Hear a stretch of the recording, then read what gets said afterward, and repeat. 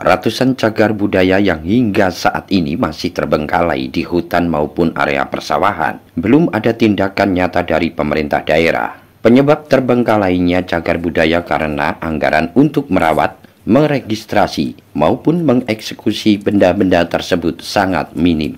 Untuk menyelamatkan benda cagar budaya tersebut, komunitas Kota Sejuk berupaya sendiri melakukan penyelamatan secara mandiri tanpa anggaran dari dinas terkait. Meski cara penyelamatan masih secara tradisional, tetapi bisa menyelamatkan beberapa cagar budaya. Sukadi, pengurus Kota Sejuk, mengatakan di Nganjuk banyak benda yang diduga cagar budaya yang terancam kerusakannya, bahkan terancam pencurian. Hingga saat ini, belum ada tindakan dari pemerintah daerah untuk menyelamatkan cagar budaya.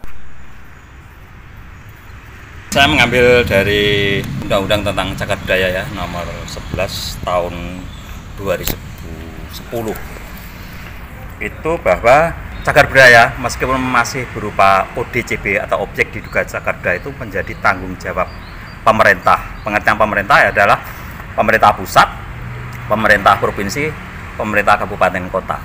Artinya bahwa ODCB itu harus diselamatkan, harus dilestarikan, harus dirawat, itu menjadi tanggung jawab bersama. Nah, pengertian bersama adalah antara masyarakat juga dengan pemerintah. Nah, di sini tentu saja berkaitan dengan pendanaan yang sesuai. Nah, terkait dengan kondisi ODCB yang ada di Kabupaten Nganjuk yang jumlahnya tersebar sangat banyak di hampir 20 wilayah kecamatan itu ada, dan lokasinya sangat terancam, kondisinya sangat terancam oleh pencurian, oleh perusakan, oleh akibat-akibat faktor lain masuk alam dan sebagainya. Ini membutuhkan perhatian yang sangat serius.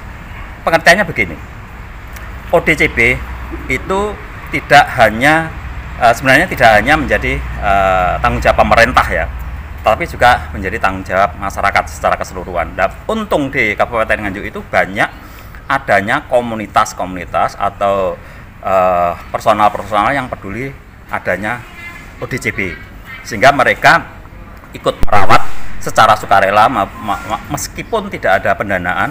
Mereka datang, mereka turun, mereka ikut menyelamatkan. Nah, problemnya sekarang ini kondisi yang sudah parah, banyak yang dirusak, banyak yang dicuri, banyak yang bahkan dijual. Itu harusnya pemerintah turun, hadir untuk ikut menyelamatkan itu. Nah, karena pemerintah itu tidak bisa melakukan sendiri, ya maka melalui dinas terkait seharusnya ada pos-pos khusus untuk masalah pendanaan. Di Kabupaten Nganjuk juga sudah ada peraturan bupati, yaitu nomor 3 tahun 2025 tentang pelestarian warisan budaya.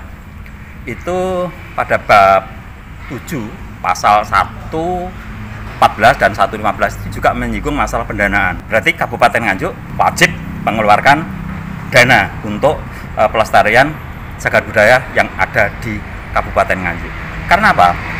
Di dalam pasal itu juga menyebutkan kalau sumber dana itu didapat dari APBN, didapat dari APBD, dan didapat dari pihak-pihak atau berupa hibah atau bagaimana yang sifatnya tidak mengikat. Di situ disebutkan juga seperti itu. Ya, kalau selama ini di Kabupaten Nganjuk yang terjadi bagaimana, Pak? Sepengetahuan saya, ini terlepas ada anggaran atau tidak, dianggarkan atau tidak, saya tidak pernah melihat itu. Tapi kenyataan di lapangan dengan melihat kondisi objek-objek cagar budaya yang terlantar. Nah, ini menurut saya perhatian dari pemerintah daerah kurang serius untuk menangani ODCB. Upaya yang nantinya akan dilakukan Kota Sejuk untuk menyelamatkan cagar budaya sendiri, Pak? Seperti biasa, Kota Sejuk itu melakukan dengan caranya sendiri, dengan konsep terstruktur di dalam berdasarkan komunitas. Itu melakukan turun di lapangan, satu ngecek keberadaannya, Kedua, penyelamatan pengertiannya kalau itu terancam ya segera dilaporkan ke dinas terkait, yaitu Dinas Prabudpar Kabupaten Nganjuk. Menurut Amin Fuadi, Kabid Kebudayaan Dispora Budpar, belum adanya tindakan dari dinas karena minimnya anggaran untuk melakukan kegiatan itu. Memang pada satu sisi ini menjadi kendala kami dinas bahwa minimnya anggaran untuk pengelolaan lebih lanjut terhadap cagar budaya yang berada di lapangan. Ya, sebagai contoh barangkali Candi Banjarsari. Ya, Candi Banjarsari itu masih berada di lahan masyarakat dan itu juga harus segera dibebaskan lahannya. Nah, hingga saat ini kami mencoba untuk menyampaikan kepada pimpinan itu segera ada pembebasan. Ya, ini belum ada istilahnya umpan balik dari karena memang harus melibatkan lintas dinas. Nah, demikian juga barangkali masih banyak yang sifatnya benda-benda yang tersebar dan itu dari sisi keamanan memang sangat mengkhawatirkan.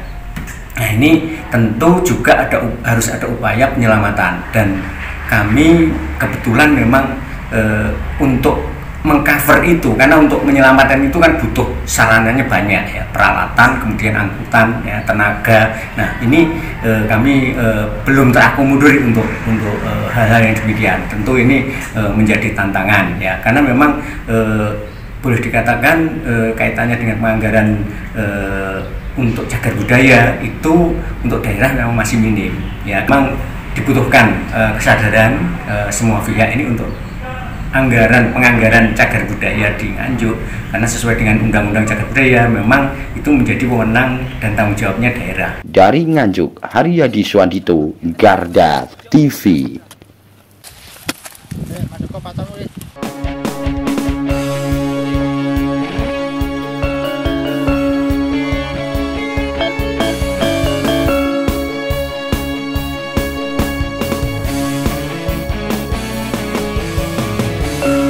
Revolusi Multimedia.